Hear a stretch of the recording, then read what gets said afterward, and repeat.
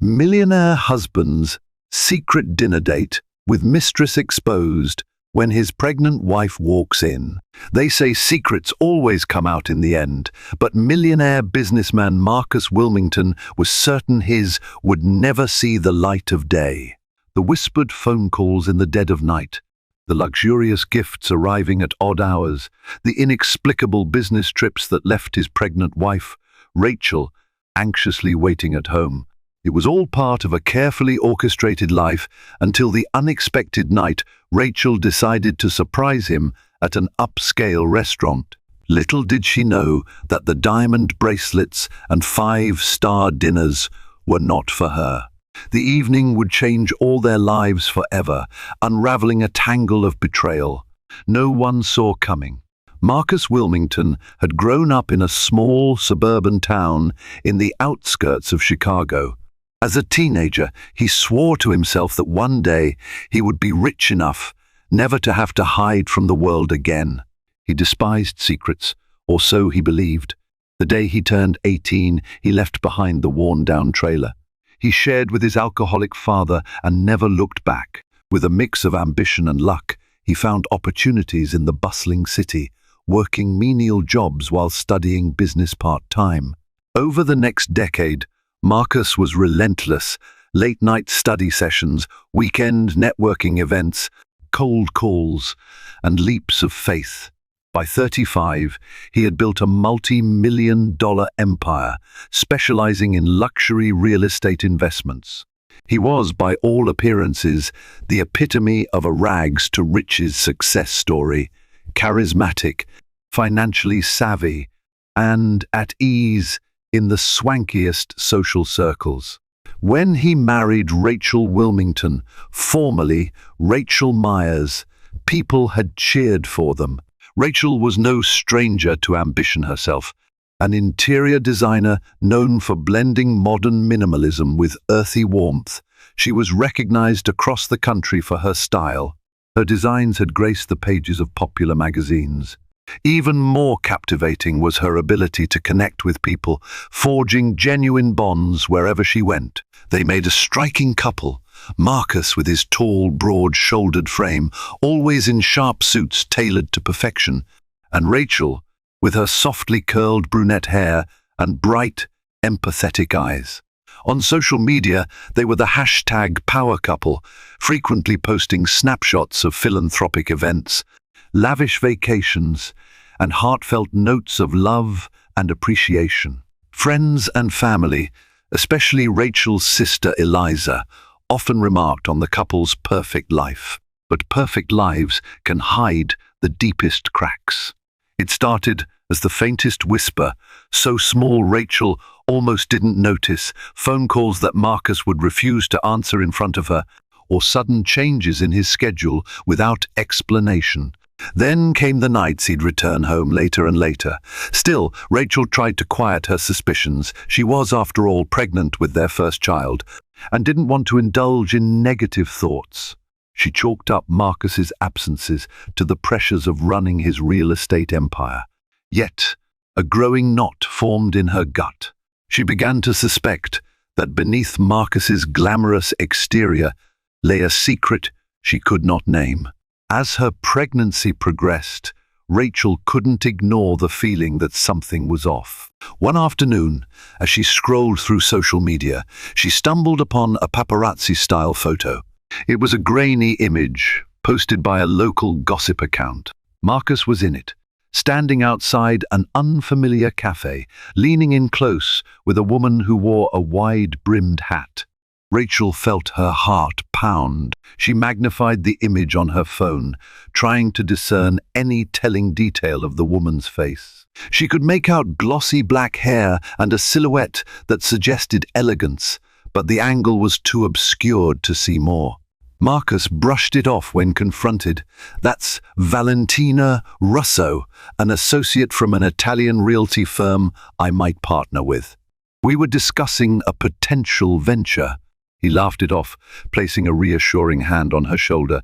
"You know how tabloid pictures can twist anything. Trust me, it's nothing." Rachel wanted to believe him. She yearned to be a supportive wife, especially with a baby on the way. She also knew it was normal for him to meet colleagues, especially from other countries, in casual settings to maintain cordial relations. As time ticked on, her intuition warred with her loyalty. She wanted to trust Marcus more than anything in the world. Yet, something about that photo, about the way he'd turned defensive, lingered in her mind. Valentina Russo was not just any associate. She was a formidable presence in the European real estate market, known for her sharp business instincts and her sophisticated style that turned heads wherever she went. Born in Venice, raised in Monte Carlo, she had an aura of refined poise that people described as mesmerizing.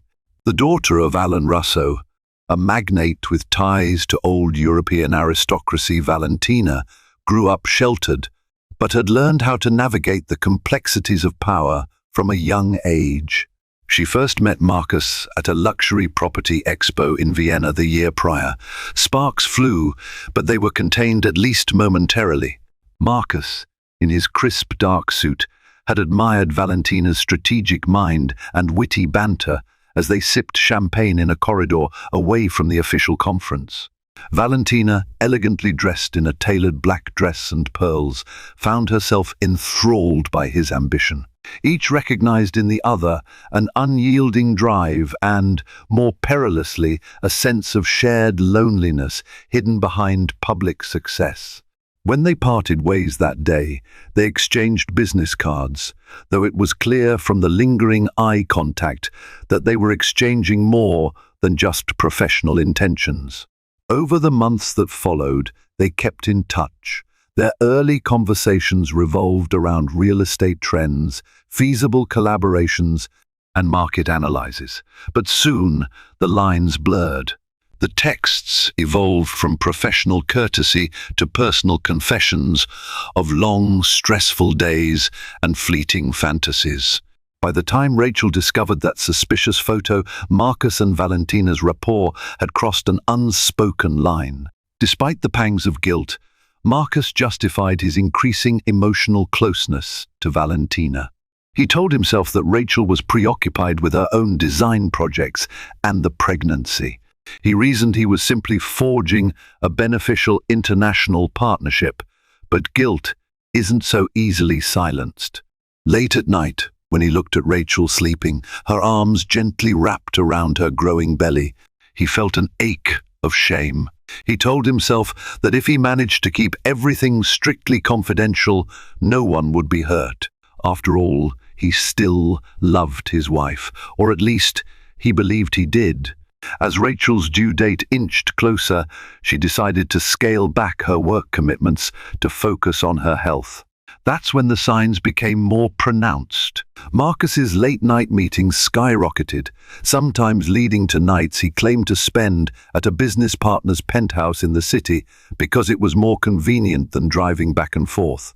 One Thursday morning, Eliza, who worked as an attorney at a reputable downtown law firm, called Rachel. "Are you okay? You sound worried every time we talk. You know you can tell me anything." Eliza, older by 2 years, had always been fiercely protective of her sister. Their bond was unbreakable. Still, Rachel hesitated. She didn't want to confirm her suspicions or speak them out loud, for fear they would become real. "I'm fine," she lied. "You know how it is, the baby's almost here. Marcus is busy, and I'm just anxious." Eliza wasn't entirely convinced. "Just promise you'll let me know if something is wrong. I can always be there in a heartbeat," Rachel promised. But with each passing day, her world felt more fragile. She remembered the grainy image on that gossip account, how Marcus's posture leaned toward that woman. Then one day, when Rachel was tidying up Marcus's home office, she found a receipt that made her heart thunder in her chest. It was for a lavish diamond bracelet, far more expensive than the kind of gift Marcus would casually buy for a friend or colleague. Dated a week prior, the receipt bore Valentina Russo's name as the co-signer for insurance coverage. Her mind raced with scenarios. Could it be a joint business expense? A gift for an investor? The rationalizations felt hollow. No matter how she twisted it, something was deeply wrong. She stashed the receipt in her purse, unsure of her next move. That evening, Rachel noticed a faint smear of lipstick on the collar of one of Marcus's dress shirts. She recognized that shade of crimson as none of her own. She told herself that perhaps a coworker or friend had leaned in for a hug at an event, leaving the stain unintentionally. But the voices in her head wouldn't stop chanting the possibilities. He's cheating. He's lying.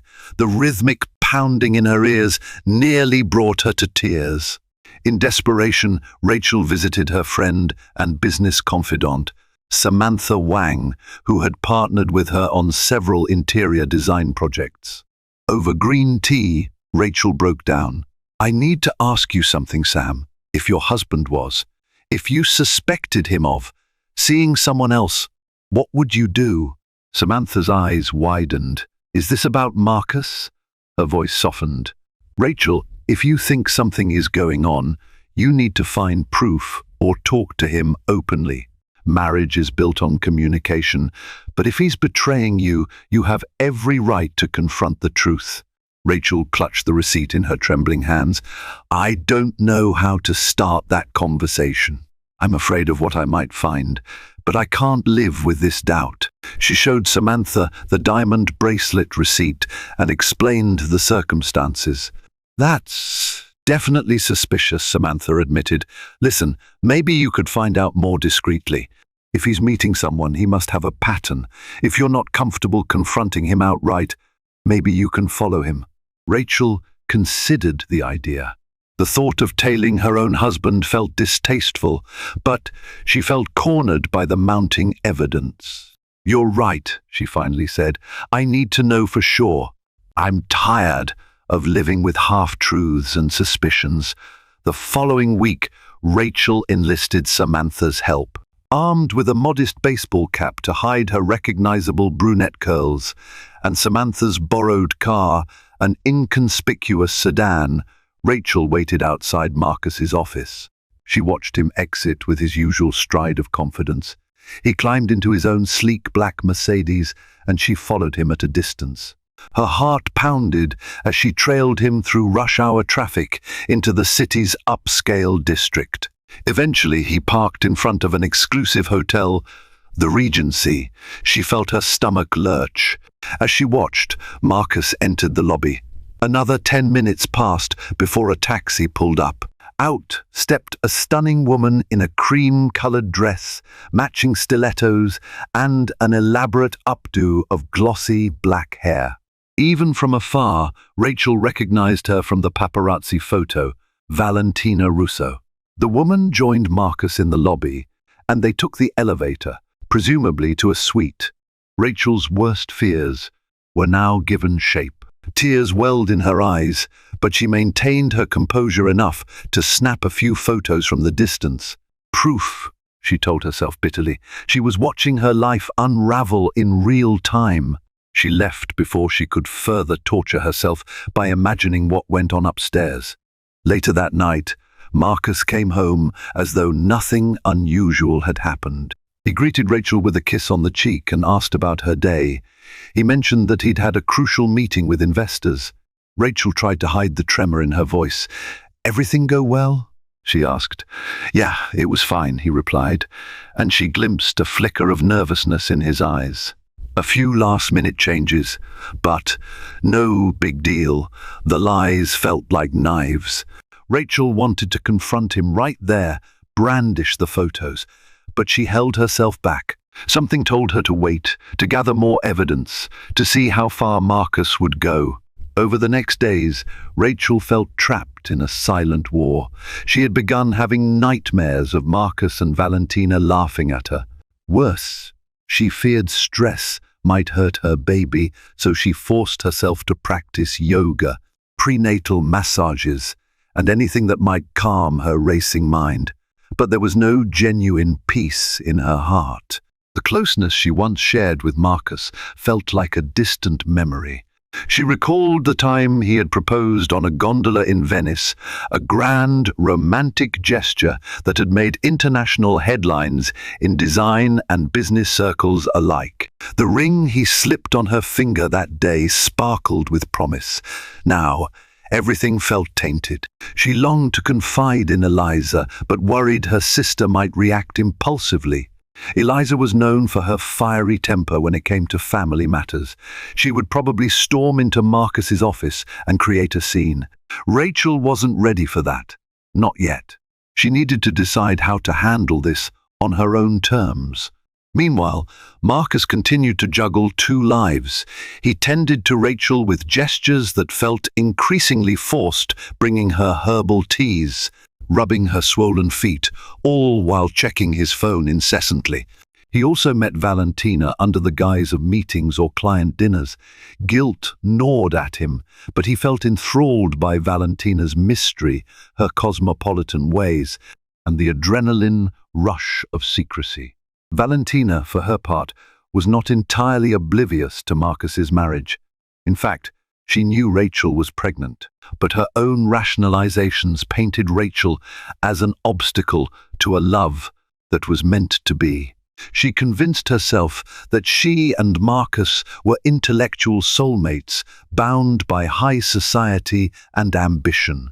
Perhaps that made her feel less guilty about tearing apart a family in the making. Everything changed one evening when Marcus arrived home looking unusually happy. He kissed Rachel more passionately than he had in months.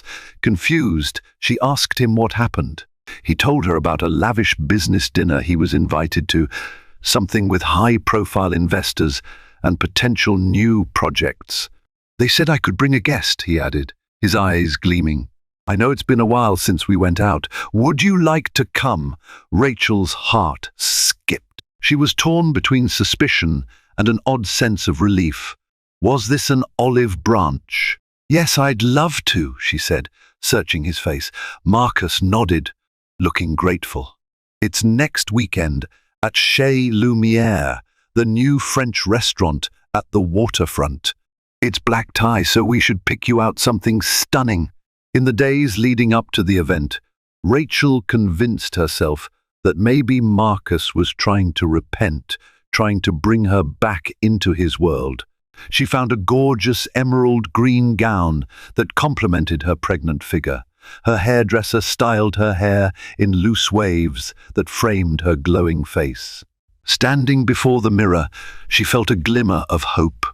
Could this be the night where they reconnected? Little did she know, Valentina would be there as well. Chez Lumière was the epitome of elegance, its high ceiling adorned with crystal chandeliers and walls lined with modern art. Soft violin music drifted through the air, mingling with the hushed clink of champagne glasses. Marcus and Rachel arrived, and he escorted her inside with a semblance of pride. Her arm looped through his, and for the first time in months, she felt almost certain that maybe they could salvage their marriage. Valets circled around them as they entered. The head waiter, recognizing Marcus, guided them to a grand table reserved for the evening's event. Rachel scanned the room, noticing well-dressed men and women engaged in lively conversation. Her stomach fluttered from both nerves and the baby's gentle kicks. Then, in a corner, her eyes locked on a familiar face, Valentina Russo, radiant in a red gown that matched her lipstick. Her pulse raced. Valentina was in deep conversation with a group of men who looked like bankers or investors. Rachel's throat went dry. Marcus noticed her shift. "Something wrong?" he asked quietly. Rachel forced a tight smile. "No, I'm fine. Just feeling a little anxious, that's all." He placed a reassuring hand on the small of her back. She couldn't discern if it was out of genuine concern or if he was suddenly hyper-conscious of how close his mistress was. The evening progressed as they mingled. Marcus introduced Rachel to potential clients and existing partners. She presented herself with grace, but her mind was elsewhere. Every once in a while, she saw Marcus glancing toward Valentina. The tension was palpable, at least to her, When dessert arrived, small plates of profiteroles drizzled with chocolate sauce, Valentina gracefully sauntered over to their table. "Marcus," she purred, her accent pronounced, "I'm so glad you could make it tonight." She then shifted her attention to Rachel. "And you must be Miss S. Wilmington. I've heard so much about your exquisite interior design." Her polite words were laced with subtle challenge. Rachel could feel it in the air. She forced a cordial smile. "Thank you. And you are?" "Valentina Russo," the woman replied, extending a slender hand. "Marcus and I are exploring an international collaboration." Rachel pressed her lips together, shaking her hand lightly. "I see," she said, measuring each word. It was the smallest interaction, yet it bristled with undercurrents of jealousy, secrets, and tension. Marcus cleared his throat and offered Valentina a chair. She declined with a wave of her hand, glancing at Rachel's pregnant belly with an almost imperceptible flicker in her eyes. Days after the dinner, the household atmosphere grew icier. Marcus tried to dismiss it, claiming he was simply exhausted from negotiations, but Rachel's composure was cracking. She had matched the face from that grainy gossip photo to the same glamorous woman in the red gown. She had observed their electric glances. She had seen enough. One night, unable to hold it any longer, she confronted Marcus in their bedroom. "You're having an affair with Valentina, aren't you?" she demanded, her voice trembling with controlled fury. Marcus's face went white. "Where is this coming from? Don't insult me," she spat, tears brimming in her eyes. "The secret meetings, the phone calls, the diamond bracelet receipt. I even followed you to that hotel once." "You think I'm blind?" he stammered. "Rachel, it's complicated. It started out as business. I never meant for it to go this far." Her pregnant belly felt heavier than ever. "So you admit it?" He averted his gaze. "Yes," he whispered, voice filled with shame. Rachel erupted in tears, sobbing so hard she could barely breathe. Furious, she hurled every question at him. "How could you do this to us, to our baby? Did you ever love me?" The onslaught of her anguish broke something within Marcus. He collapsed onto the bed, burying his face in his hands. "I do love you," he insisted. "I never wanted to hurt you. I got swept up in it. The business deals, the European trips, Valentina's aura. It became addictive, like stepping into a different life." His words only deepened her heartbreak. She grabbed her suitcase, the one she kept in the closet for quick business trips, and began haphazardly throwing clothes inside. Marcus sprang to his feet. "What are you doing?" "I'm leaving," she managed through choked sobs. "I can't stay here, not right now." He tried to stop her, but she held up her hand. "If you come near me, I swear I'll call Eliza and have you served with separation papers tomorrow." Marcus froze, reading the conviction in her eyes. He watched, helpless, as she slammed the bedroom door behind her. Rachel drove through the night, tears streaming down her cheeks, until she reached Eliza's townhouse on the other side of the city.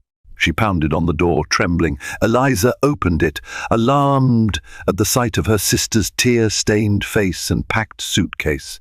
Without a word, she pulled Rachel into a tight embrace. Through heaving sobs, Rachel recounted the entire ordeal. Eliza's expression changed from concern to pure rage. "That bastard," she hissed. "He dares to do this while you're carrying his child." Rachel spent the night on Eliza's couch, struggling to sleep, haunted by memories of Marcus's confession. She feared for her unborn baby, worried that the stress might harm it. The next morning, Eliza prepared a comforting breakfast, but Rachel could hardly eat. "What are you going to do?" Eliza asked gently. Rachel shook her head. "I don't know. I'm furious, but I'm also heartbroken and confused. Part of me wants to end everything right now. Another part of me. I still love him, Eliza." Eliza put a hand on her shoulder. "You don't have to decide this minute. You can stay here as long as you want. I support whatever you choose." In the days that followed, Marcus sent endless texts and voicemails, begging Rachel to return. He apologized, promised it was over with Valentina, vowed to do whatever it took to salvage their marriage. Rachel read each message with tearful eyes but never replied. She felt both fury and longing. Betrayal and heartbreak do not vanish overnight. Valentina's reaction was far more calculating. When she learned that Marcus's wife had discovered their affair, she expected him to choose.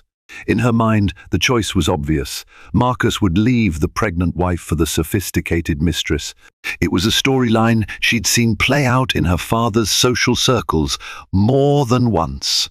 But as the days stretched and Marcus seemed hesitant, Valentina found herself growing impatient and offended.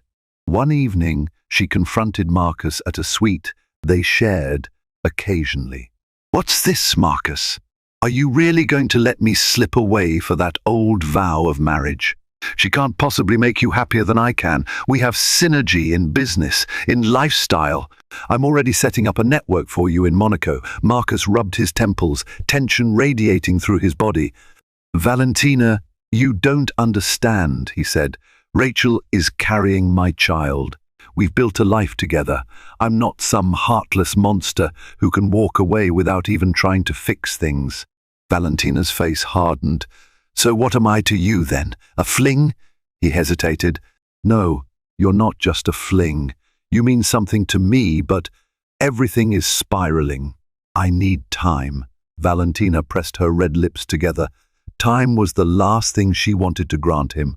In the world she knew, men with power took what they wanted, swiftly and decisively. "Fine," she said tersely. "Just remember that I won't wait forever." In the midst of this chaos, Rachel's mother, Diane Myers, arrived in town. Worried sick after hearing the news from Eliza, she insisted on staying with Rachel at Eliza's. Diane was a gentle soul, but she had a quiet strength honed from raising two daughters after her husband's untimely death. She took Rachel's hands. "My dear girl, you look so exhausted. Are you taking care of yourself? Remember, stress affects the baby." Rachel nodded numbly. "I'm trying. I'm seeing my doctor tomorrow." At the doctor's appointment, the OB-GYN noted that Rachel's blood pressure was a bit high. "You need to rest," the doctor advised. "Try to keep your stress levels down. Meditation, walks, light exercise, anything to keep you calm." Rachel knew how important it was, yet how could she remain calm with everything going on? That evening, Diane spoke to her in a gentle but firm tone. "Look, I'm not telling you what to do, but remember, you have a child to protect now. If Marcus is truly remorseful, and if you believe you can forgive him, maybe you two can work through it. But if he's toxic, I'll stand by you. I just want you and the baby to be safe and happy." Rachel sighed. "That's the part I don't know, Mum. Is he truly remorseful, or is he just panicking because he got caught?" 2 weeks passed without Rachel responding to Marcus. Then, one day, Eliza answered her phone and told her, "Marcus wants a chance to speak with you. He says it's urgent." Initially, Rachel refused, but curiosity and lingering love won out. She agreed to meet him at a neutral location, a small Italian restaurant near Eliza's house. That evening, she arrived late, wearing a simple black maternity dress. Marcus was already there, a haunted look in his eyes. "Thank you for coming," he said, standing awkwardly. They settled into a corner table. Rachel refused to meet his gaze at first, focusing instead on the candle flickering between them. Marcus wasted no time pleading his case. He explained how the affair started, how it escalated. "It was never about me wanting to leave you," he said. "I got swept away by the excitement, by Valentina's world. It's no excuse, but it's the truth. I want to fix this. I'm willing to go to counseling, cut off all ties with Valentina, whatever it takes." Rachel's hands shook under the table. "How do I believe any of this?" she whispered. "You lied to me for months.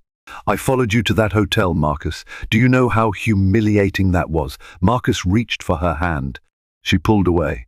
I know I don't deserve forgiveness, but I'm asking you to give me a chance. For the sake of our child, if nothing else. His desperate tone stirred something within her. She realized she still loved him, but love alone could not erase the betrayal. I'll consider counseling, she finally said, her voice shaky. But you have to give me space, Marcus. I'm not moving back yet. Marcus nodded, relief washing over him. That's fair, thank you. But unbeknownst to them, a pair of eyes watched from across the restaurant, half hidden behind a menu. Valentina, seated with a business contact, recognized them the moment they walked in. Jealousy and rage simmered under her composed exterior. She noted the length of their conversation, the occasional brush of hands. She had never been a woman easily discarded. Valentina realized that if Marcus genuinely cut ties with her, it would be a blow not only to her ego, but also to her business aspirations. She was building a transatlantic empire, and Marcus's resources were crucial. She decided she had to make a move that would force his hand. She called Marcus the next day, but he didn't pick up. Angered, she resorted to a final card. She visited the head office of Wilmington Properties unannounced. Striding into the lobby, she demanded to see Marcus. His secretary, Candice, looked startled. He's in a meeting, she stammered. I'll wait, Valentina said coolly, taking a seat. When Marcus finally emerged, he looked tense. Valentina, what are you doing here? He hissed, guiding her into a private conference room. We need to talk, she said, her voice steely. I can't just watch you walk away as though nothing happened. Marcus sighed, running a hand through his neatly styled hair. You know how complicated this is. Rachel is pregnant. I need to save my marriage. Valentina's eyes narrowed. And where does that leave me? He lowered his voice. I'm sorry, I never intended for this to go so far.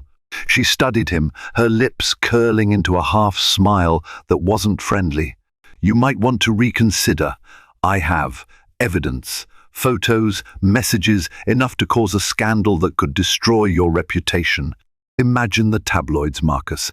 The business repercussions. Investors spooked, partners pulling out. Are you prepared for that? Marcus's face drained of color. Are you threatening me? Valentina shrugged, placing a USB drive on the table. I'm merely stating facts.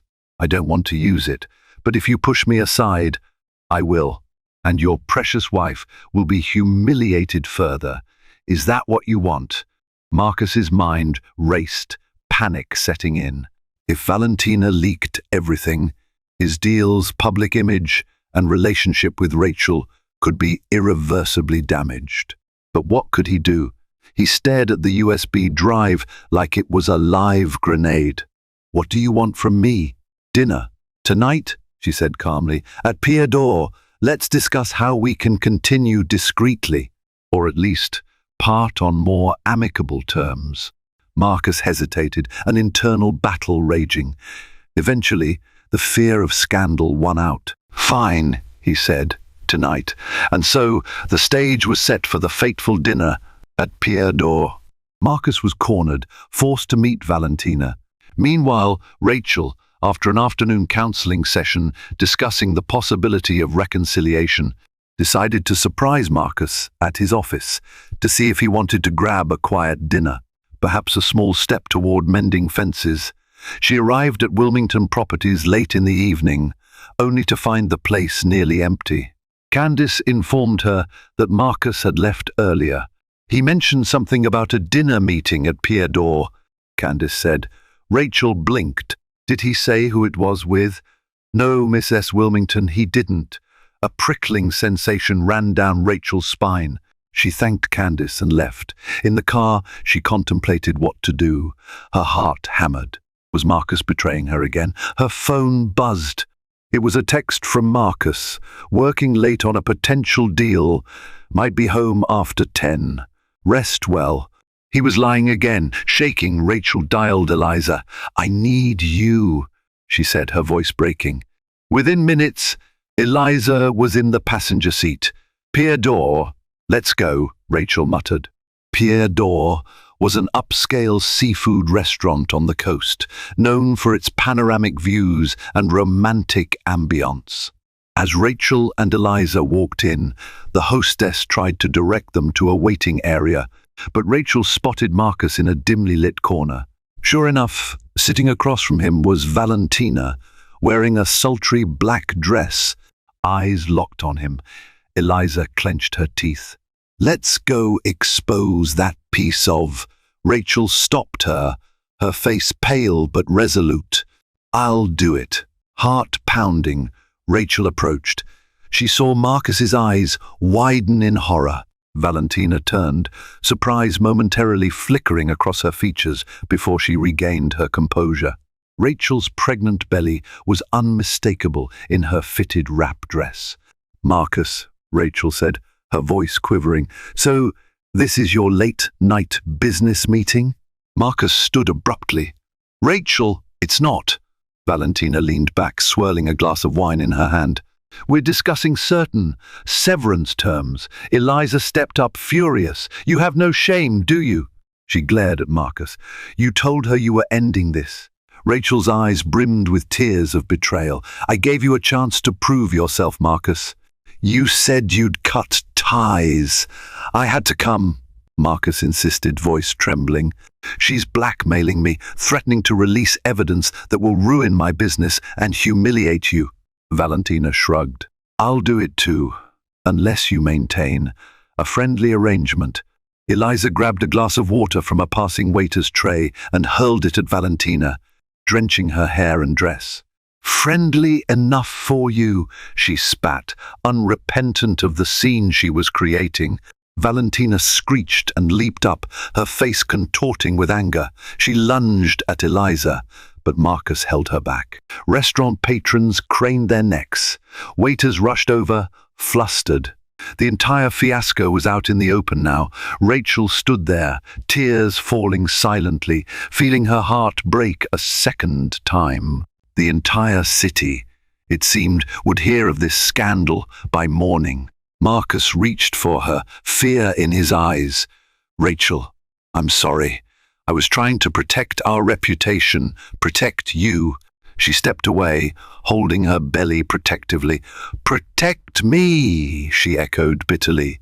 By meeting her behind my back again, Valentina smoothed her wet hair. "Face it, Rachel, your husband will always be tied to me, whether you like it or not." Rachel shook her head, tears streaming. "No, I won't let you hold us hostage like this," Valentina sneered. "We'll see." The events at Pier d'Or went viral instantly. A few diners recorded parts of the confrontation. Tabloid journalists descended on the story like vultures, plastering headlines such as "Millionaire's double life exposed" and "Wife, sister duel with Mistress." Rachel felt sick every time she saw a new article. Marcus found himself buried under calls from concerned investors, employees worried about job security, and a rising wave of scandal that threatened to topple his empire. In the face of public humiliation, Rachel retreated further into Eliza's townhouse. She refused to see Marcus, except during therapy sessions they had already scheduled. Valentina, for her part, gleefully fanned the flames of controversy. She gave cryptic quotes to the press, hinting that she held damning information about Marcus's business dealings, though she never provided anything concrete. Behind the scenes, Marcus scrambled. He hired a crisis management team to handle the PR fallout. He also consulted with lawyers to see if Valentina's blackmail could be countered. "We need actual evidence she's lying about the business side," his head attorney told him. "Otherwise, it's her word against yours." Desperate to save face, Marcus made a strategic move. He authorized a thorough audit of his own company to ensure everything was above board, effectively removing any ammunition Valentina might have. Then, with legal counsel present, he confronted Valentina in a boardroom meeting. He demanded she hand over all materials she had, threatening legal action for slander and extortion if she didn't comply. Furious, Valentina eventually relented, handing over the USB drive. She parted with a final, venomous threat: "You'll regret crossing me." Weeks passed, and the scandal gradually cooled in the public's fickle eye, replaced by the next juicy headline. But the damage to Marcus's business and reputation was done. More importantly, the damage to his marriage loomed over them. Rachel, physically and emotionally drained, approached her due date. She continued therapy solo, while Marcus did the same. Eventually, they started attending sessions together again. In one session, Dr. Joseph Green, their therapist, asked, "What do you truly want from each other at this point?" Rachel spoke softly, tears in her eyes. "I want the man I married back.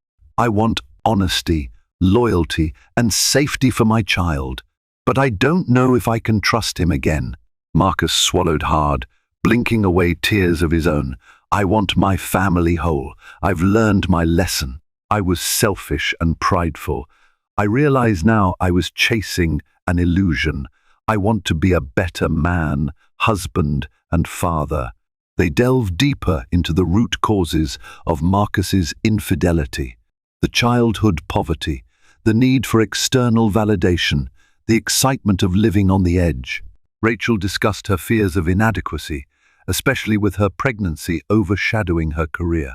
Their raw honesty left them in tears by the end of each session.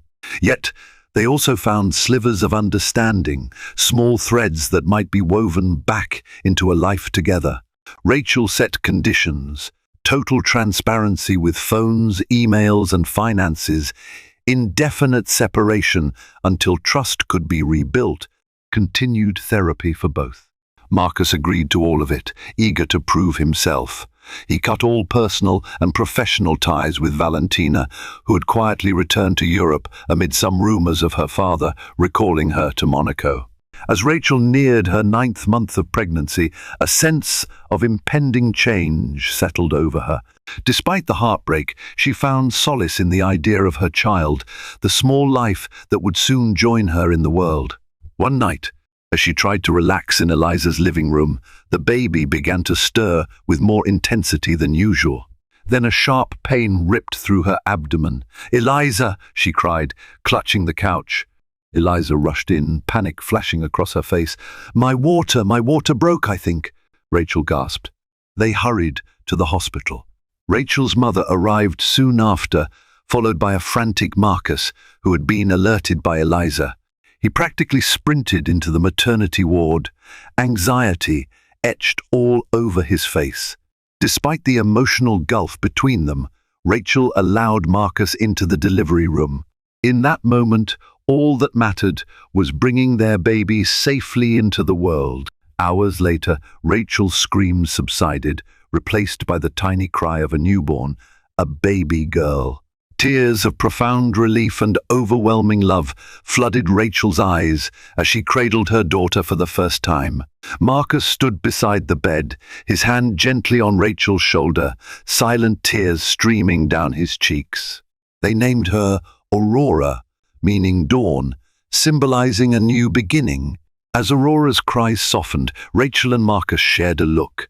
There was so much left unspoken, so many wounds still fresh. But in that precious moment, they felt bound by the fragile hope that maybe, just maybe, they could start again. Rachel spent the first few weeks after Aurora's birth at Eliza's townhouse, seeking a haven of quiet support during a time of both physical exhaustion and emotional upheaval. The labor and delivery had taken a heavy toll, and the mixture of hormonal fluctuations, lack of sleep, and raw heartbreak was almost too much to bear. Eliza, fiercely protective, insisted that Rachel rest as much as possible. She prepared nourishing soups and herbal teas, and even set up a makeshift nursery in her home office so Aurora would be within earshot of Rachel at all times. In the early mornings, while the world still slept, Rachel would sit on the living room sofa, cradling Aurora and reflecting on the chaos that had engulfed her life. She found herself torn between the sorrow of Marcus's betrayal and the unimaginable joy of holding her newborn daughter. Occasionally, Grief would overcome her. She would cry silently into Aurora's soft blankets, wondering if her marriage could truly be salvaged after everything that had happened. Each time, Eliza appeared, ready with a comforting arm around her shoulders, letting her know she wasn't alone. Marcus, for his part, visited daily, always arriving with something in hand, be it the groceries. Eliza had requested a new supply of diapers or little plush toys for Aurora. Initially, Rachel kept her distance, letting Eliza handle any interactions at the door, but it was impossible to ignore the genuine remorse etched into Marcus's eyes. He hovered near Aurora's bassinet whenever Rachel would let him, gingerly lifting his daughter as if she were made of porcelain. He would rock her, cooing softly, often murmuring his apologies under his breath, as though pleading forgiveness from the tiny infant in his arms. Though Marcus yearned to bring Rachel and Aurora home immediately, Eliza laid down firm boundaries. "Don't think for 1 second I'm letting you waltz back into her life as though nothing happened," she warned him one afternoon, her voice as sharp as the glare she leveled at him. "Rachel might forgive you in time, but I'll never forget what you put her through when she was at her most vulnerable." Marcus swallowed his pride. "I understand," he said, shoulders sagging. "I don't deserve an easy road, and I know it." He made a promise to Rachel, to Eliza, and to himself that he would do whatever it took to prove he was serious about saving this family. As the weeks passed, Rachel could no longer deny that Marcus was making an effort. He texted updates about the house, how he'd replaced their old bedroom curtains with blackout drapes to help the baby sleep, how he'd rearranged furniture in the living room to accommodate the bassinet and baby swing. He also disclosed every detail of his finances, phone records, and day-to-day schedule without Rachel even asking. When she did ask, he answered questions about the affair, every excruciating detail, despite it clearly tormenting him. He spent hours in therapy, both individual and couple sessions, often emerging puffy-eyed and exhausted. Despite her fury, Rachel began to see that the man who'd succumbed to Valentina's charms was not beyond redemption.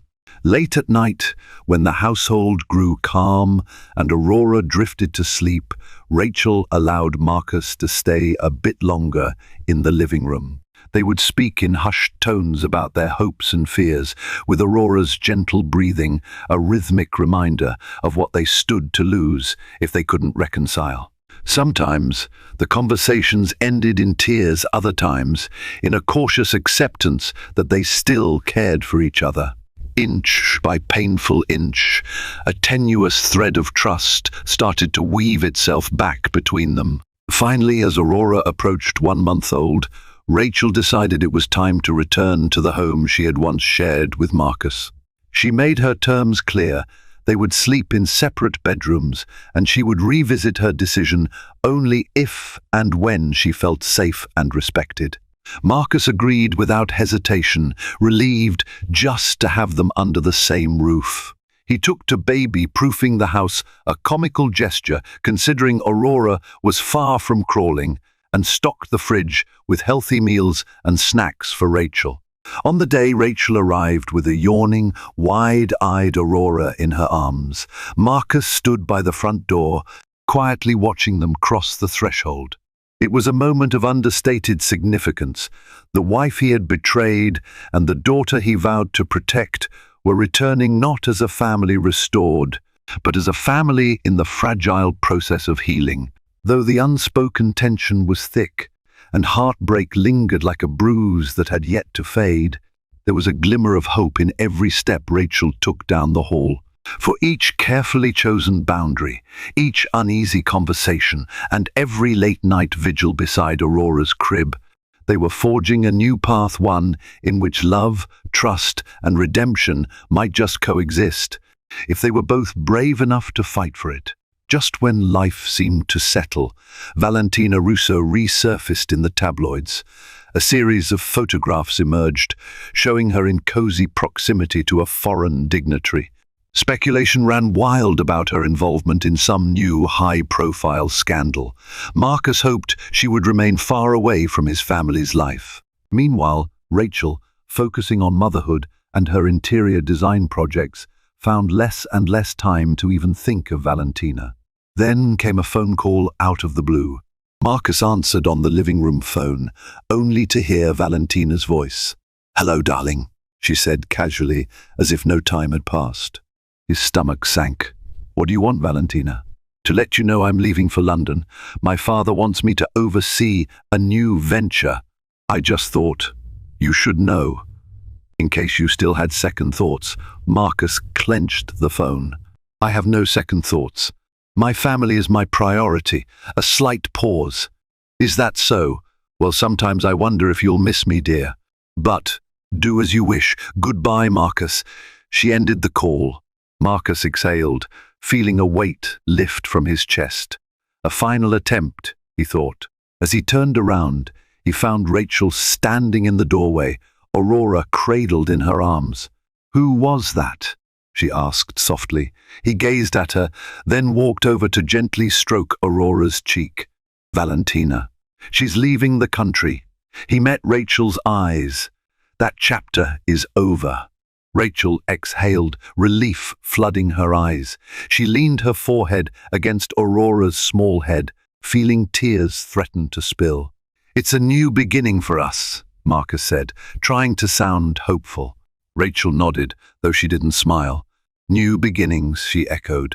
Part of her still feared the pain might return, but a part of her wanted to believe that broken things could mend. Months later, the Wilmington saga became less of a hot topic.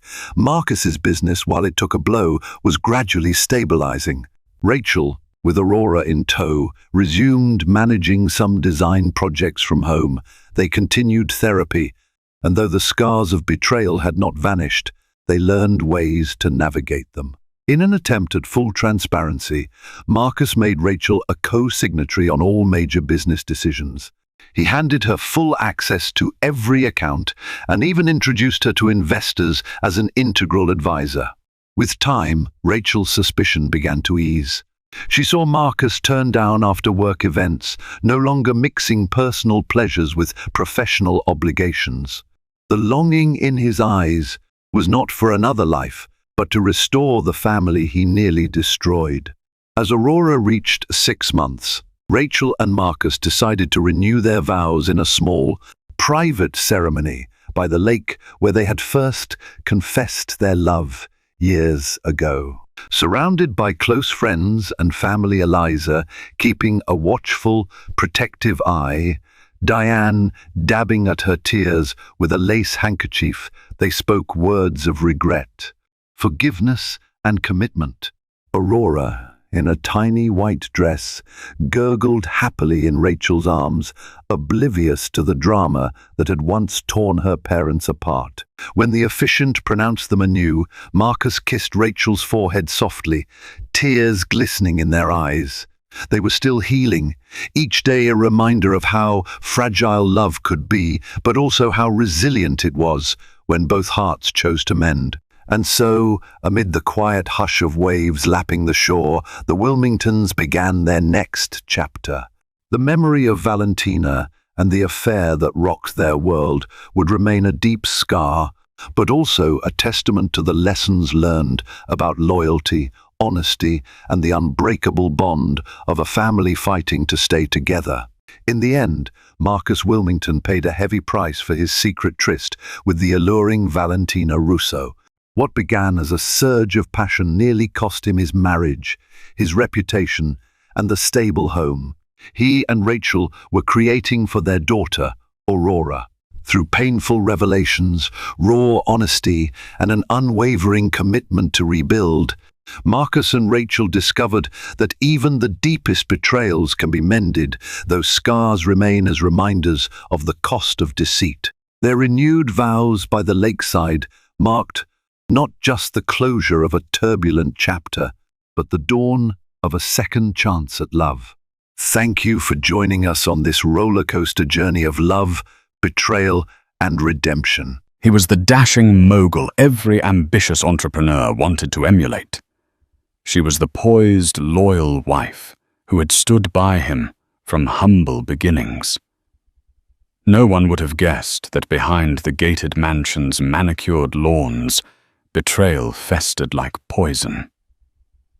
Until one day, in a flurry of financial sabotage, he let his mistress cut off his wife's credit cards. It was humiliating, scandalous, and only the beginning of a whirlwind that would pit powerful business alliances against each other. In a boardroom confrontation that stunned everyone, the CEO himself stepped in, but not in the way anyone expected. Buckle up. This is the story of love, greed, and revenge. Jordan Alberts was not born into luxury. He grew up in a cramped one-bedroom apartment on the outskirts of Milwaukee, where he learned to hustle by selling candy bars door to door at the age of 10. Over the years, Jordan's unwavering determination and charm propelled him into better circles. First at a local startup, then into his own tech company that caught the eye of an angel investor. By the time he was 35, Jordan was a self-made millionaire, a prominent figure on various entrepreneurial boards, and had connections with people like Mark Cuban, Bill Gates, and a few top executives at Google. His wife, Elizabeth Alberts née Wagner, had been with him through everything. They met in college at a small tech entrepreneur club meeting, both bright-eyed and dreaming of changing the world. Elizabeth came from a modest background, too. Her father was a retired auto mechanic, and her mother a homemaker. She'd studied communications with an emphasis on public relations, and it was through Elizabeth's network of contacts that Jordan first gained access to small local pitch events. While Jordan pitched his innovative software for automating small business tasks, Elizabeth made calls, arranged coffee meetups, and tried to capture the interest of potential backers. They married in a little chapel by Lake Michigan. It wasn't a lavish wedding, no star-studded guest list, no fancy reception at the Ritz. But to Jordan and Elizabeth, it felt perfect. A union built on genuine love, unwavering support, and a shared dream of building a life and a business empire together. Over the next decade, they grew from a modest condominium in Milwaukee to a stunning estate in Austin near Lake Travis, with a sweeping view of the water and rolling Texas hills. It was there at a philanthropic event organized by the Bill and Melinda Gates Foundation that Jordan's name landed on the radar of top-level investors. His company's smart automation technology was recognized for its potential to transform not just small businesses, but large-scale manufacturing and logistics. Soon after, Jordan's net worth skyrocketed from a mere $5 million to well over $200 million. For a while, everything was picture perfect. The marriage was strong, their personal synergy unwavering. Elizabeth handled some philanthropic duties, organizing events, acting as a goodwill ambassador for Jordan's brand, and forging new partnerships through her PR background. Their household staff adored them, describing Elizabeth as kind, gracious, and always mindful of the people around her.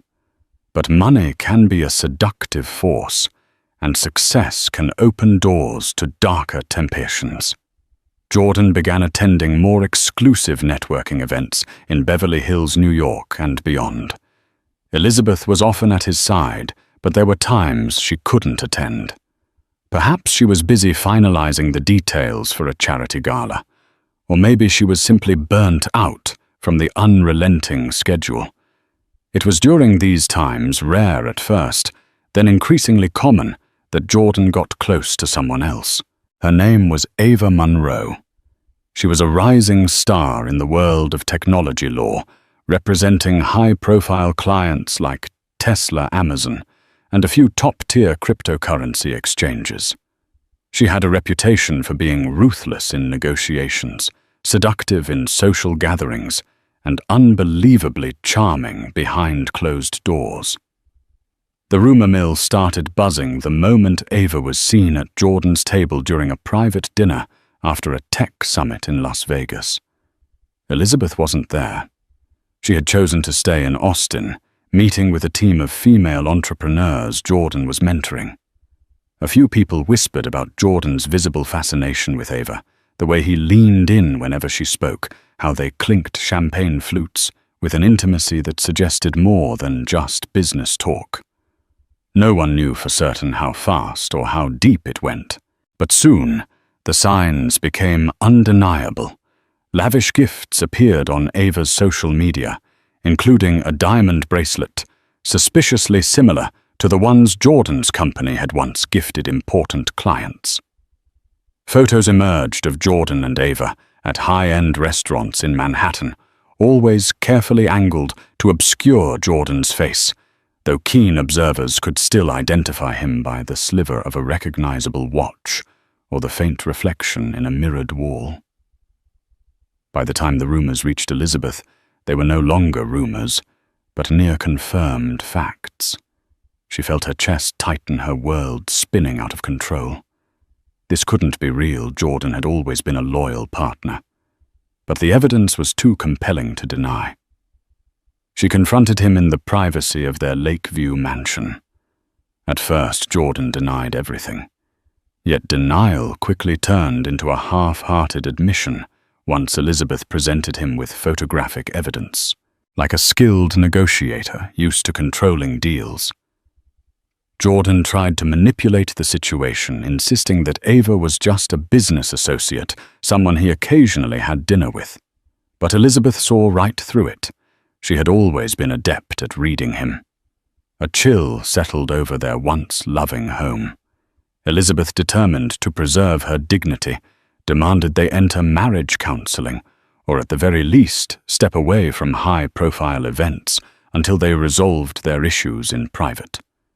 Jordan nodded, providing non-committal answers.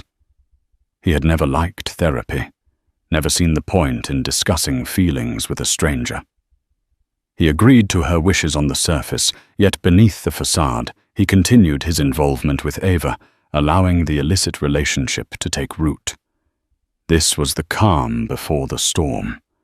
For soon Elizabeth's sense of betrayal would pale in comparison to the massive financial and emotional blow about to come her way. Weeks passed. Elizabeth tried to focus on her philanthropic work and personal projects, attempting to distract herself from the growing chasm between her and Jordan. When a local charity she sponsored invited her to discuss future donations, Elizabeth discovered something shocking. Her personal credit card was declined. Embarrassment washed over her in front of the unsuspecting staff. She tried another card. Sure, it must have been a glitch, but that too was declined. The staff politely suggested she call her bank, and Elizabeth excused herself with a polite smile, her hands trembling as she left the office. Elizabeth called the bank suspecting fraud or an administrative error. But the bank's representative informed her that both cards had been cancelled the previous week. Under their joint account, they were tied to Jordan's finances, and evidently Jordan had authorized the cancellation. It felt like a punch to the gut. Why on earth would Jordan cancel her cards without her knowledge or consent? They had never had major financial disputes. Elizabeth always had access to family funds, albeit responsibly. She dialed Jordan, but the call went straight to voicemail. She sent him several frantic texts. No response. Later that evening, Jordan came home exuding an air of tired disinterest. Elizabeth confronted him the moment he walked through the door. Under the chandelier's glow, which reflected in her tear-filled eyes, Jordan brushed aside her questions with a dismissive wave. "I needed to consolidate our finances," he said, removing his blazer. "You can use the joint checking account for a while." "No big deal, no big deal." Elizabeth's frustration swelled. "You cancelled my credit cards without even telling me what's going on. Are you punishing me for something?" Jordan's eyes flicked away nervously. And that was when Elizabeth realized he was lying again. The next words that came from his mouth were not only shocking, but also laced with a cruelty she never imagined he was capable of. Ava suggested we revisit some of my expenses. She found that you were spending frivolously. It made sense to limit credit usage. Elizabeth's heart dropped to her stomach. Ava. That woman was now meddling in their finances. As if the affair wasn't enough, Jordan had allowed this mistress to encroach into an arena that Elizabeth believed was sacred, her own household stability. What is Ava doing reviewing my spending? Since when does your fling get to decide what is or isn't frivolous? Elizabeth spat tears, threatening to spill. Jordan made an attempt at a calming gesture, but his words only fanned the flames. She's helping me restructure. Her firm has great insights into corporate finances. This is about the business, Elizabeth. It's not personal. Not personal. Elizabeth recalled how intimately personal their marriage had always been. They built every aspect of their lives together, from small decisions about wallpaper colors to big entrepreneurial leaps that demanded everything from both of them. Now Jordan was shutting her out, consulting Ava instead. In a quavering voice, Elizabeth demanded, "Reinstate my cards. I am your wife. I have a right to our finances, and you know I've never been irresponsible with money." Jordan's face hardened with a new arrogance. "Not until we finalize our restructure," he said, referring to some nebulous plan Elizabeth knew little about. "I'll handle everything in the meantime." That moment, that cold exchange, was a harbinger of the bigger heartbreak to come. If Jordan was letting Ava control such details, what other aspects of their marriage was he willing to let her sabotage?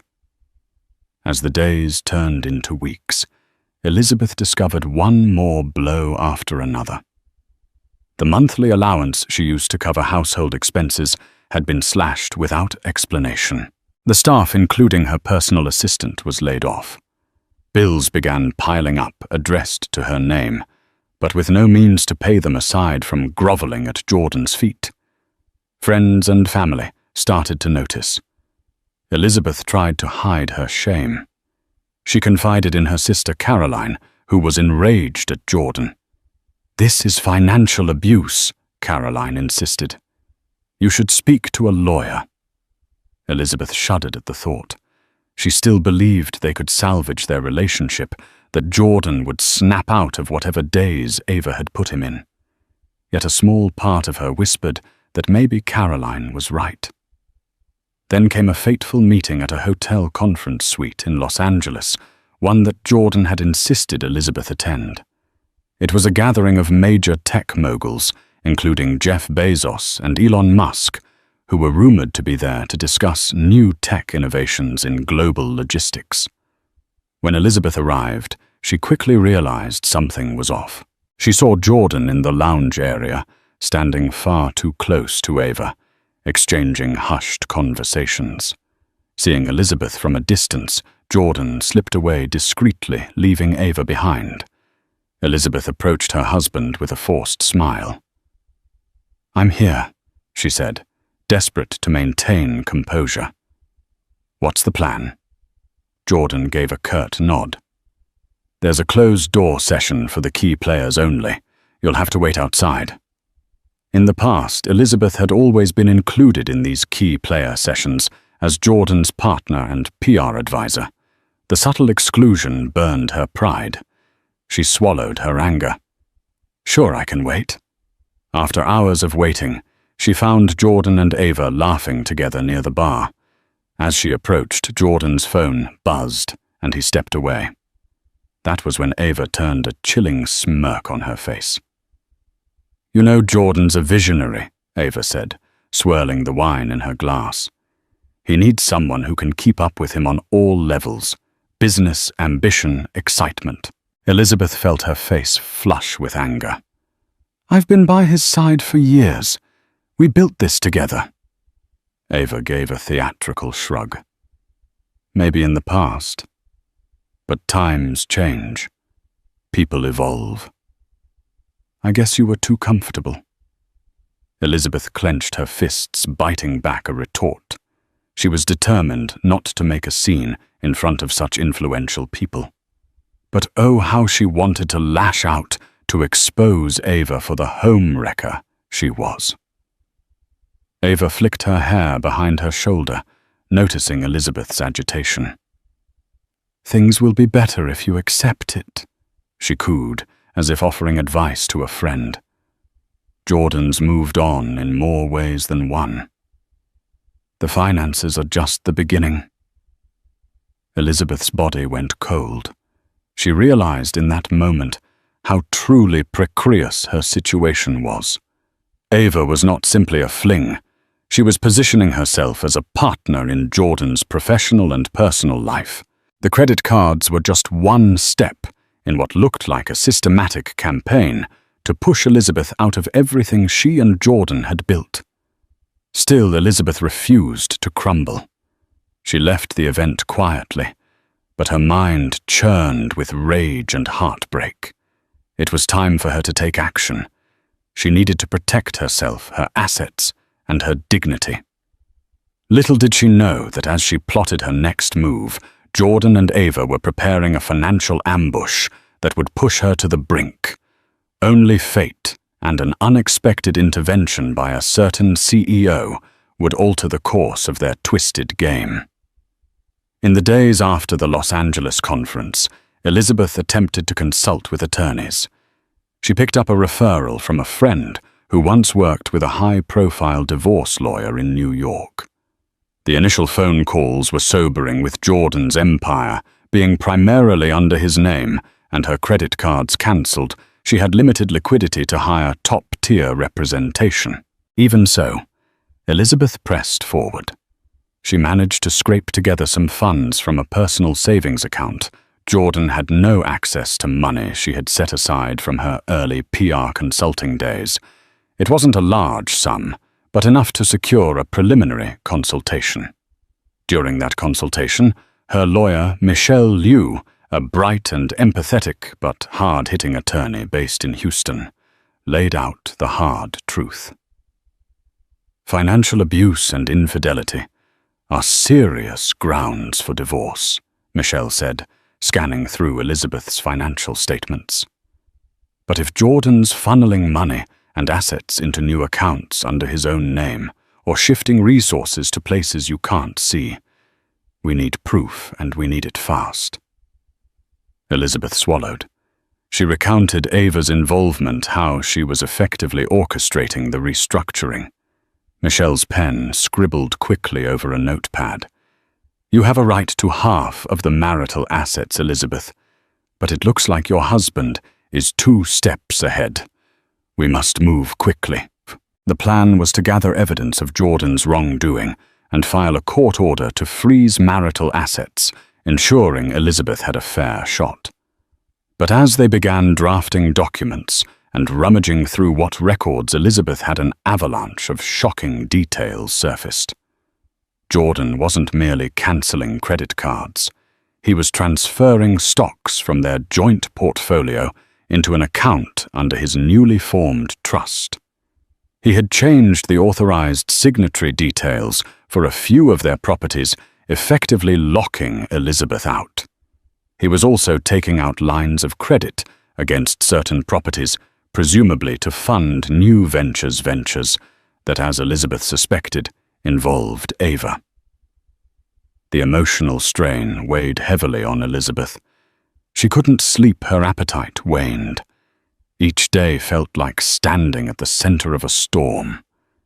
Yet if she thought this was the worst of it, she was mistaken. One evening, after finalizing some documents with Michelle, Elizabeth returned to her mansion to find her key card didn't work on the electronic locks.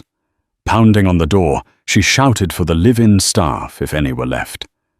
Seconds later, the door opened slightly, revealing Ava's face. "Jordan's not here," Ava said icily. "You should call next time."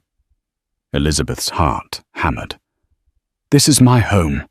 Get out of my way, she demanded, trying to push past. But Ava slid in front of her, refusing to budge. He told me you're not welcome here anymore until the legal mess is settled. Ava sneered. I have every right to ask you to leave. Elizabeth was trembling with fury. You have no rights here. You're the mistress, not the wife. With a cold laugh, Ava stepped aside and pointed at Elizabeth's luggage haphazardly placed in the foyer. Jordan left these for you, she said. He said to pack whatever else you need and let security escort you out if you refuse to leave. Elizabeth blinked away tears, her throat raw with outrage. She was being thrown out of her own home by the woman who had intruded into her marriage. That moment was a cruel epiphany. Jordan had not only cut off her finances, but now he was physically pushing her out of the place she had shared with him for years. Yet in all that darkness, a sliver of light emerged the next morning. Elizabeth received a phone call from a close mutual friend, Marcus O'Donnell, who worked with Jordan at a large tech conglomerate in Dallas. Marcus was someone Elizabeth trusted, an executive who had known Jordan since the early days. He had seen them build the company from the ground up. Elizabeth Marcus said, his tone urgent. I don't know everything that's going on, but I heard from your staff that you've been locked out. There's a board meeting next week. Jordan wants to finalize some big decisions. If you can get to that meeting and talk to the chairman, maybe you can find some leverage. Elizabeth's breath caught in her chest. The chairman of this particular conglomerate was none other than famed CEO David Hartridge, known not just for his visionary leadership, but also for a strict code of ethics. Over the years, Hartridge had invested heavily in Jordan's business. He was the reason Jordan sat on that board. He's not the type to meddle in personal affairs, Marcus warned. But if Jordan's pulling stunts that compromise your share in the company, Hartridge might step in. He's big on fairness and hates scandal. It was the glimmer of hope Elizabeth needed. She thanked Marcus profusely. The plan was simple. Attend the board meeting, confront Jordan in front of Hartridge, and present enough evidence of Jordan's wrongdoing to ensure the board and possibly the entire conglomerate would not stand for it. She spent the week gathering documents, bank statements, and text message screenshots that implicated Jordan in unscrupulous financial moves. Michelle Liu helped compile everything into a neat folder. You need to be prepared for Jordan to lash out, Michelle warned. He'll try to discredit you in front of the board. Elizabeth nodded her determination, overshadowing her fear. She practiced her speech, reciting it in the mirror of her modest hotel room, where she had temporarily moved. Heart pounding, she told herself that if there was ever a time to fight, it was now. Finally, the day of the board meeting arrived. Elizabeth dressed in a sleek black pantsuit that radiated confidence. She walked into the corporate skyscraper in downtown Dallas, her chin held high despite the knot in her stomach. She spotted Jordan in the corridor, flanked by Ava and a couple of the board members. As soon as he saw Elizabeth, his expression darkened. You're not supposed to be here, Jordan said, trying to keep his voice low. Elizabeth raised her chin. I'm still an investor in your company. I hold shares. So yes, I'm attending the board meeting. Ava stepped in with a condescending smile. Don't make a scene, Elizabeth. This meeting is for serious stakeholders. I am a serious stakeholder, Elizabeth retorted, voice steady.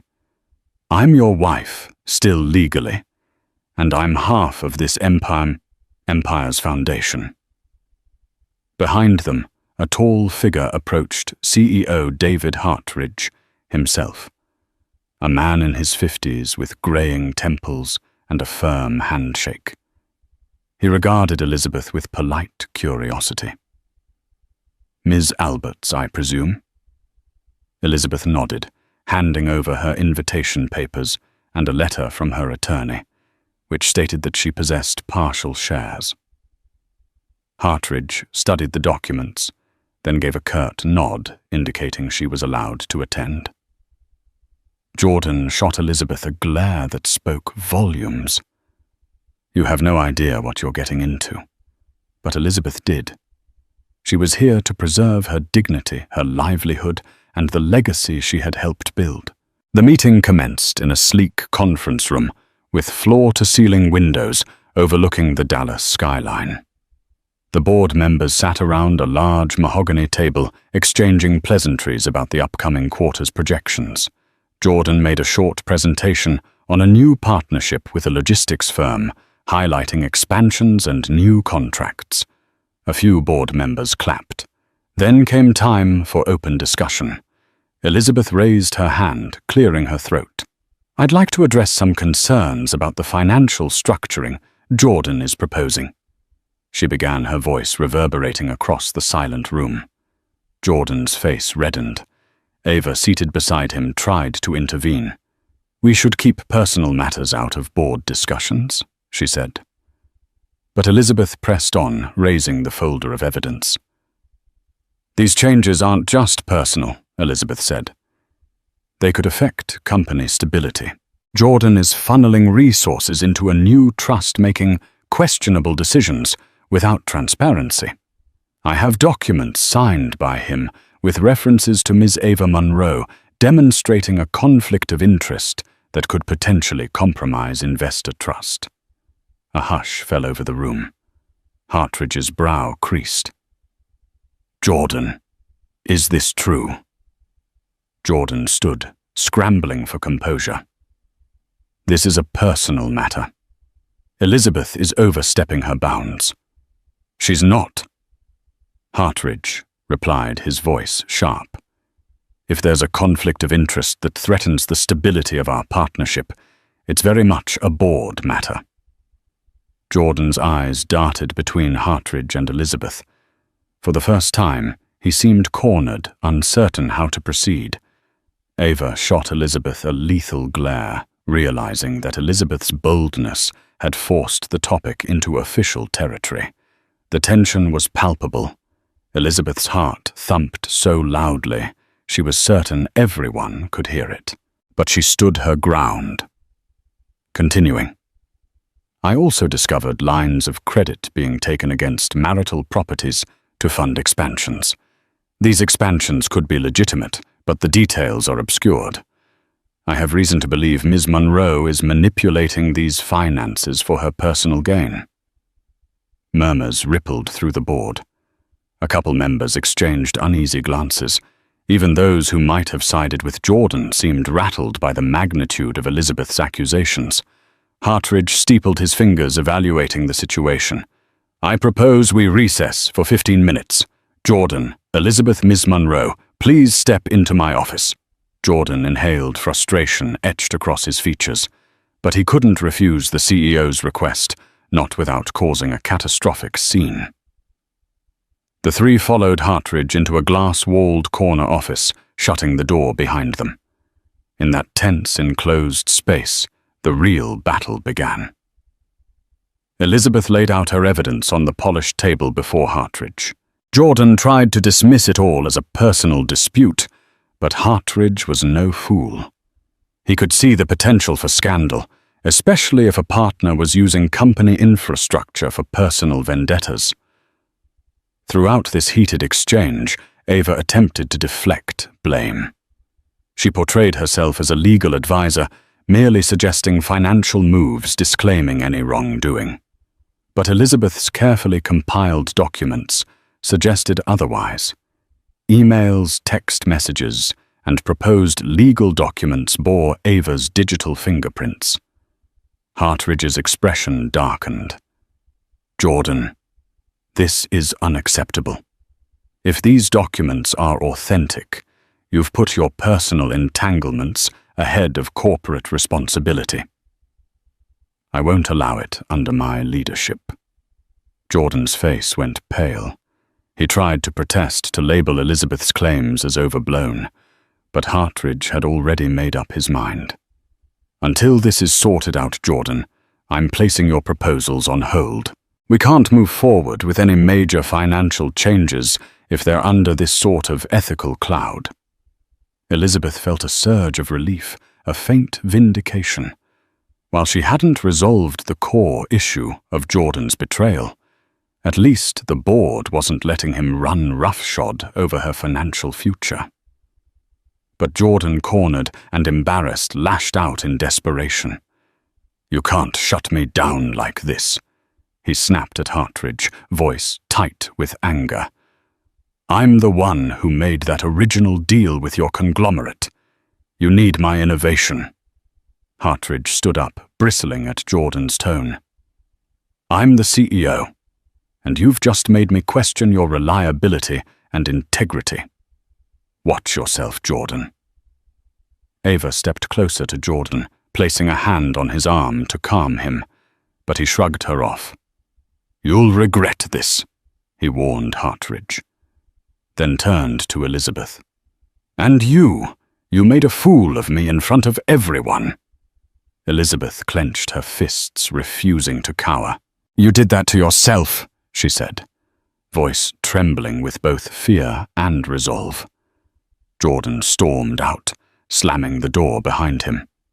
Ava followed quickly, her heels clicking on the marble floor. Hartridge sighed, looking at Elizabeth, who was holding back tears. "Thank you for bringing this to my attention," Hartridge said. "I'm sorry about your personal struggles, but I have to protect the board's interests. If you need anything, contact my office. I'm not a family court judge, but I won't let Jordan drag the company down." With that, Elizabeth let out a shaky breath. She had achieved a small but crucial victory, yet she couldn't shake the nagging sense that Jordan, humiliated and cornered, was far from finished. She left the skyscraper, stepping out into the bright Dallas sun, uncertain, but determined. Little did she know this chapter was only the start of a far more explosive confrontation, one that would involve security teams, sudden betrayals, and a twist that would bring Jordan himself to his knees. Life outside the mansion was lonely, but Elizabeth was thankful for the reprieve from Ava's manipulations.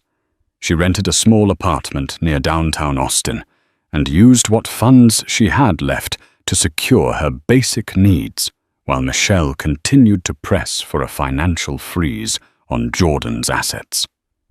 In the weeks following the tense board meeting, Jordan went surprisingly quiet.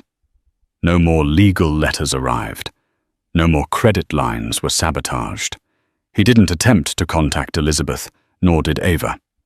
Instead, it seemed as though they had retreated into some silent fortress, likely strategizing their next move. Elizabeth took advantage of the lull. She reconnected with old friends and mentors, explaining partially at least what she was going through. While many were shocked, they offered support in the form of references, moral encouragement, and occasional leads for a stable job or a business partnership. Despite the heartbreak, Elizabeth discovered a renewed sense of purpose. She wasn't just a passive bystander in Jordan's world. She had her own capabilities, her own strengths. Slowly, she started consulting for small tech firms, using her communications and PR background to help them craft compelling pitches. It wasn't a fortune, but it was honest work that reminded her she could stand on her own 2 feet. Then one evening, she received a phone call from an unknown number. A crisp, professional voice greeted her. "Hello, Elizabeth. This is Patricia Carlson. I'm an executive assistant at Tesla, working under Elon Musk's leadership team." Elizabeth's heart thudded. She had met Patricia briefly at a tech conference in Berlin 2 years ago, but they'd never exchanged more than pleasantries. "How can I help you?" Elizabeth asked, mind racing. Patricia hesitated. "I might have information relevant to your predicament with Jordan. Let's just say some of our legal divisions have been observing Ava Monroe for a while, and some red flags have come up. Red flags. Elizabeth's curiosity flared. You're investigating her. A slow exhale from the other end.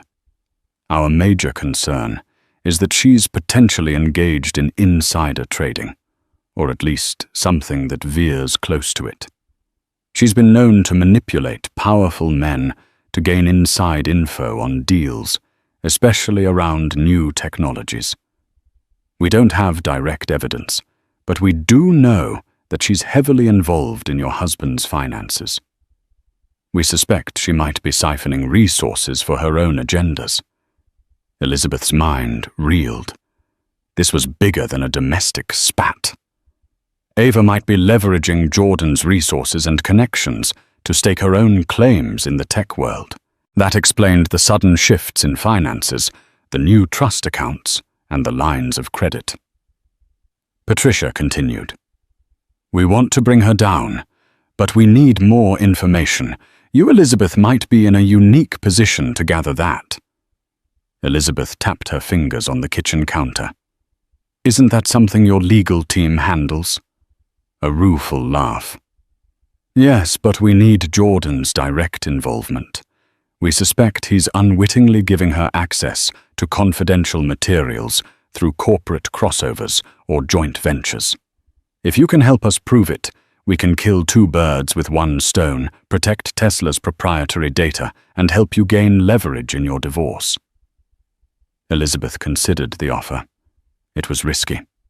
If Ava was truly up to something illegal, Elizabeth could expose herself to potential backlash, but the lure of finally getting the upper hand was strong. I'll do what I can, Elizabeth replied cautiously. But how do I communicate with you about this? Patricia gave her a secure email address and instructions on how to encrypt files. And one more thing, Patricia said, before hanging up. People like Ava are cunning. She'll anticipate your every move.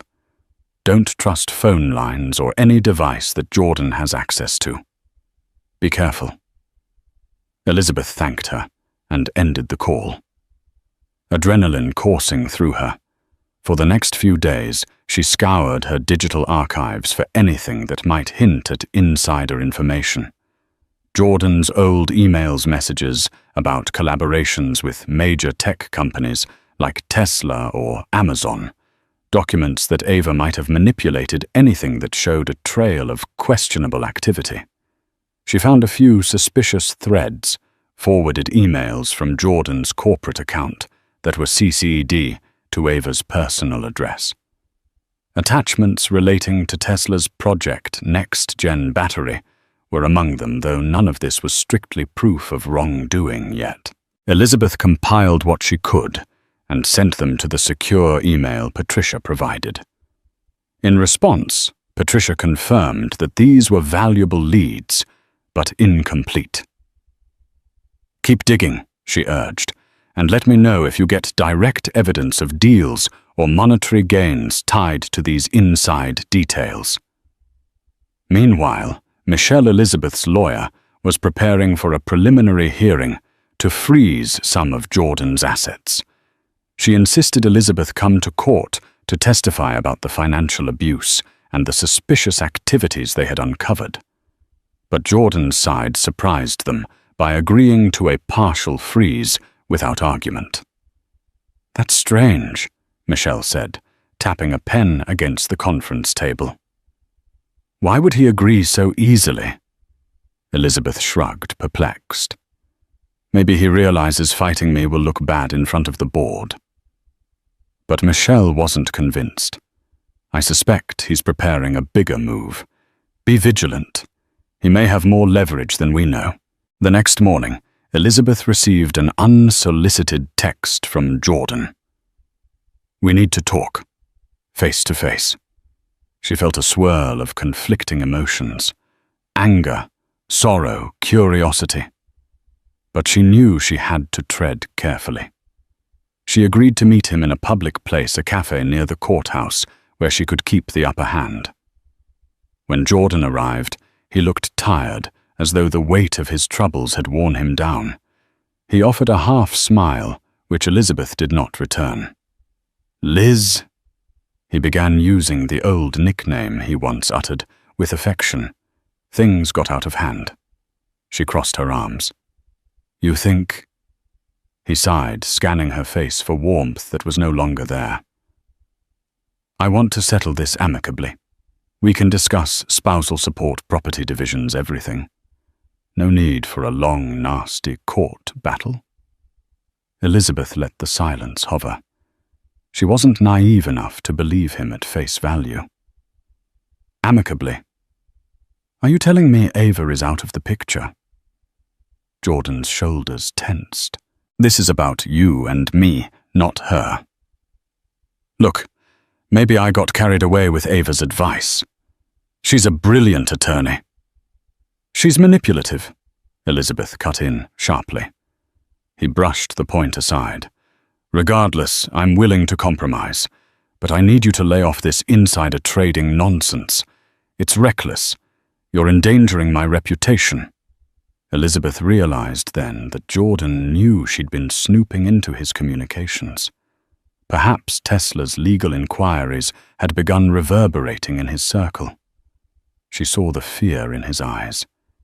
He was worried, if not about losing her, then about losing his empire.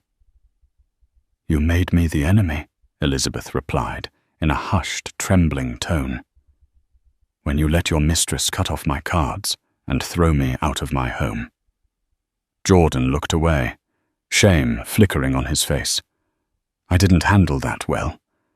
But you have to understand the pressure I'm under with these deals." She waited, letting him squirm. Then he continued. "You'll get a fair share. I promise. I just need you to stop meddling in my professional affairs, especially with Tesla or any other major collaborators. You'll ruin me if you do." A bitter laugh escaped Elizabeth. She thought of all the times she had stood beside him, protecting him, representing him before powerful players, forging alliances that were crucial to his success. Now he was pleading for her, not to ruin him. The irony nearly choked her. Before she could respond, Jordan's phone buzzed. He glanced at it and muttered a soft curse. "I have to go," he said, throwing some cash on the table for their untouched coffees. Elizabeth watched him leave, a mixture of pity and disdain swirling in her stomach. It was obvious he was desperate, but was this a genuine attempt at reconciliation, or a ploy to keep her from uncovering more incriminating information about Ava? That question lingered as she returned to her apartment, drained. However, a new email from Patricia waited in her inbox. It contained an attachment, a partial timeline of suspicious trades linked to accounts rumored to be controlled by Ava Monroe. There were large bets placed on Tesla's stock ahead of public announcements. Gains in the tens of millions. This is huge, Elizabeth thought. If she connected these trades to emails or calls between Jordan and Ava, it could be the smoking gun. And while Elizabeth had no intention of going to the feds on her own, Tesla's legal team could bury Ava, and by extension, Jordan's complicity, if he was involved. Elizabeth clutched her phone, anxiety coursing through her. She was walking a razor's edge. One false step, and Jordan might retaliate more fiercely, or Ava might strike. But a successful strike against Ava could free Elizabeth from this entire ordeal, giving her the leverage to secure a fair divorce settlement, or even land Jordan in deeper trouble, depending on his role. She reached for her phone to text Patricia when it buzzed in her hand. A call from an unknown number again. Tentatively, Elizabeth answered. A man's voice greeted her, calm and steady. "Hello, Ms. Alberts. My name is Gregory Shaw. I'm part of CEO David Hartridge's legal counsel. He asked me to follow up regarding the situation with your husband. Elizabeth's heart skipped. Hartridge's legal counsel. We understand from Mr. Hartridge's conversation with you that there might be unethical or even illegal behavior in play. Gregory continued. The board is concerned about potential liability if Jordan's personal dealings spill into our corporate structure. We can't risk another scandal. Mr. Hartridge would like to assist you discreetly. Elizabeth exhaled slowly. She was on the cusp of powerful alliances forming against Jordan and Ava, but the more people got involved, the more dangerous it felt. Gregory concluded, We'll be in touch with your lawyer. If you have any crucial evidence, Mr. Hartridge suggests you keep it secure. He wants to avoid a public meltdown, but he's prepared to do what's necessary to protect the company's interests, and that includes supporting you in your legal disputes if it comes to that. Hanging up. Elizabeth felt a measure of validation. The cracks in Jordan's seemingly untouchable world were growing. Perhaps justice would prevail. Yet as she prepared to finalize the next round of documents for Michelle, a gnawing worry kept her awake at night. Cornered animals are the most dangerous, and Jordan, though once gentle and loving, had shown he could be ruthless when threatened. She braced herself for the storm that was surely coming. The next time Elizabeth saw Jordan in person, it wasn't by chance or a carefully arranged meeting. It was at the headquarters of Hartridge's conglomerate in Dallas. A sudden emergency board session had been called to address urgent corporate matters, and Elizabeth, having been notified by Gregory Shaw, arrived prepared. She walked into the reception area, her heart pounding with anticipation. Michelle Liu had insisted on accompanying her, but at the last minute she was called to handle a crucial filing. Elizabeth went alone, relying on the moral support from Gregory and the knowledge that Hartridge wanted the truth on record. Jordan was already inside the boardroom with Ava, who paced like a clad tiger. When Elizabeth entered, they both snapped their heads in her direction. Ava's glare could have sliced glass. Jordan's face was inscrutable, tense, angry, but also tinged with fear. Hartridge arrived moments later, trailed by a few board members and legal advisors. He wasted no time in stating the purpose of the meeting. Allegations have come to my attention that Ms. Monroe has been engaging in stock trades leveraging proprietary information from Jordan's company and potentially from our own collaborations. We need to clarify the truth. Now. Gasps and murmurs filled the room. Ava's jaw clenched. This is preposterous, she began. We demand to see your proof. Hartridge nodded to one of his advisors, who distributed printed documents, timelines of suspicious trades tied to accounts flagged by Tesla's legal team, along with correspondences that Elizabeth and Patricia had pieced together. Jordan snatched a packet from the advisor. His eyes swept over the page's color, draining from his face. Ava's lips thinned, and for a moment Elizabeth could see the faintest flicker of panic in her eyes. Hartridge pinned them with a stern gaze. Jordan, you've been a valuable partner. I don't want to see your personal life derail your professional standing, but this is bigger than your marriage. Insider trading is a federal crime, and if Ms. Monroe is using your business resources to pull this off, you're implicated. Ava recovered quickly. She placed a hand on Jordan's arm, her voice smooth. This is a misunderstanding, David.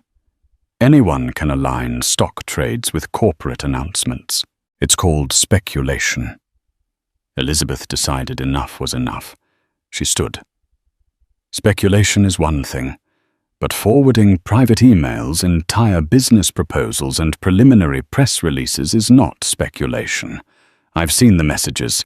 You're literally discussing the best times to execute trades based on announcements that hadn't been made public yet. Ava whirled on Elizabeth. You have no legal standing to claim that. You're just a scorned wife trying to sabotage Jordan and me." Elizabeth's blood boiled. "We'll let the evidence speak. There are even time-stamped emails from Jordan's corporate account sent to your personal email, Ms. Monroe, discussing upcoming expansions and product launches. Then trades were executed in your name or trusts linked to you within hours." A hush followed. Jordan's hands shook slightly. He seemed torn between denial and guilt. After all, the evidence was damning. If he denied it outright, he'd appear foolish. But if he admitted his involvement, he risked criminal charges and the wrath of the board. Hartridge leaned forward, his voice firm. "Jordan, I need answers. Were you aware of these trades?" Jordan stared at the table, words refusing to form. Finally, he managed, Ava said it was all above board, that it was just normal investing. Ava let out a short laugh, but it sounded hollow. "If you want to scapegoat me, Jordan, think carefully," she warned. "We made certain deals in your name as well. Your signatures are on plenty of documents." The entire boardroom seemed to hold its breath. Hartridge addressed one of his legal advisors. "Have we sent this to the SEC?" "Not yet," the advisor responded. "We wanted to confront them first." Jordan shot to his feet, panic etched on his face. "No need to escalate it. We can handle this internally. If I undo the trades, repay any gains, repay tens of millions of dollars," Hartridge asked. "And that would just be the tip of the iceberg if the SEC digs deeper. This is out of our hands if they launch a formal investigation." Elizabeth watched Jordan unravel. This was the man who had once been so composed, so unstoppable. Now he was cornered, sweat beading on his forehead. Ava, too, looked like a wild animal backed into a corner, eyes darting around the room. At that moment, a building security guard appeared at the door, knocking softly. "Mr. Hartridge, you asked for security on standby," he announced quietly. "Thank you," Hartridge replied, his tone like steel. "I believe we might need you." Ava's eyes flitted towards the door, then back to Hartridge. She adopted a pleading tone. "David, you know me.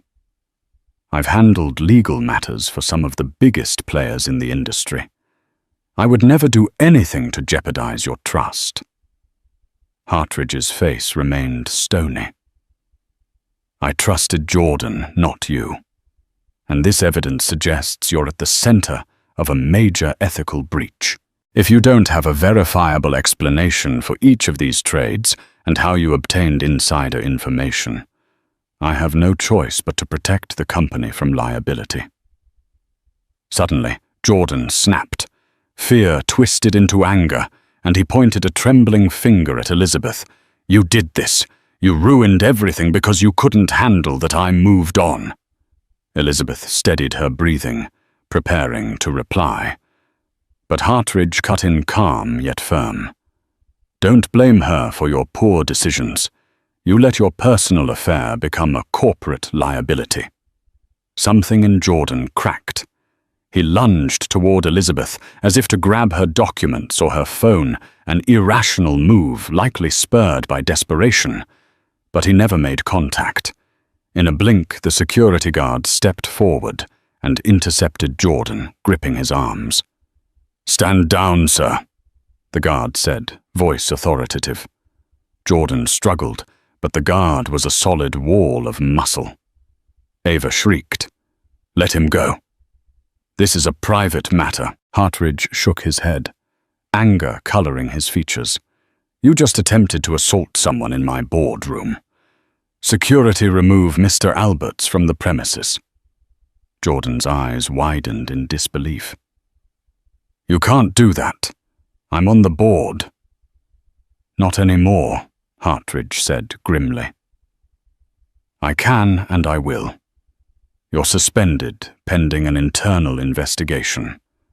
Once that concludes, we'll determine your status. Now go and take Ms. Monroe with you." A second guard stepped in, guiding Ava toward the door as she protested threatening lawsuits and defamation claims. But her words rang hollow, overshadowed by the looming specter of an SEC investigation. Elizabeth stood off to the side, stunned by how quickly it had escalated from a tension-filled meeting to an outright meltdown. As Jordan and Ava were led out, Jordan craned his neck to shout at her, "You'll pay for this, Elizabeth. Don't think you've won." But the threat carried little weight now. In that moment, Elizabeth felt the mixture of triumph and sorrow that comes with toppling a man she once loved. She hadn't wanted to see Jordan destroyed, only to protect herself and the life they had built together. But Jordan's actions and Ava's ambition had forced her hand. Hartridge dismissed the board members, soon after instructing his legal team to cooperate fully with any investigations. He turned to Elizabeth with a sympathetic frown. "I'm sorry you had to endure this, Miss Alberts. I assure you we'll handle it lawfully. Whatever personal or marital disputes remain, I hope you find closure." Elizabeth gave him a small nod. "Thank you. I appreciate your fairness." She gathered her documents and left the skyscraper, the bright Texas sun striking her face as she stepped onto the street. The entire drama replayed in her mind. He let his mistress cut off my cards, but the CEO called security on him. She thought a bitter yet satisfying sense of irony spreading in her chest. She wasn't naive enough to think it was over. Legal battles would continue, depositions would be taken, and the divorce was far from final. But in this pivotal moment, she had taken back her power, standing against the storm that Jordan and Ava had unleashed.